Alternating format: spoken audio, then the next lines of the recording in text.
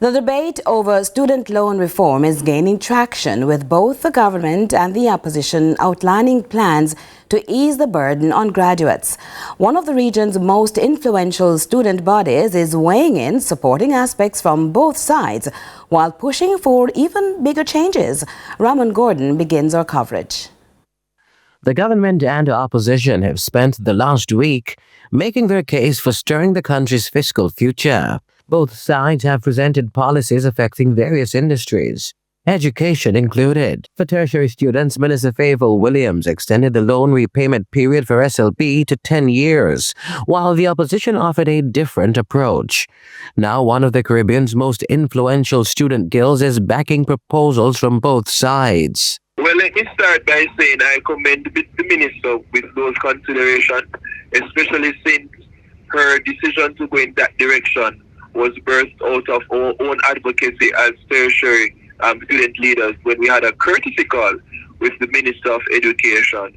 I believe the presentation was in tandem with what the young people want now at the tertiary level regarding SLB expanding the loan to cover housing. That's historical, and that's something that we appreciate because access to education sometimes correlates with how close you live to campus. That's President of the UWI Guild, Perry Cummings Jr.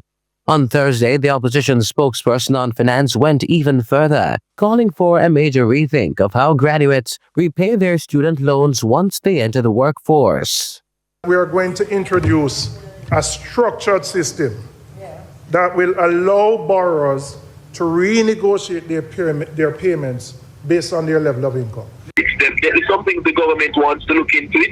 They can, because the reality is when persons are fresh out of university, they may not be able to earn as much as what they would have borrowed in terms of loan. And while there's growing support for that proposal, there's also warning that resources must be allocated elsewhere.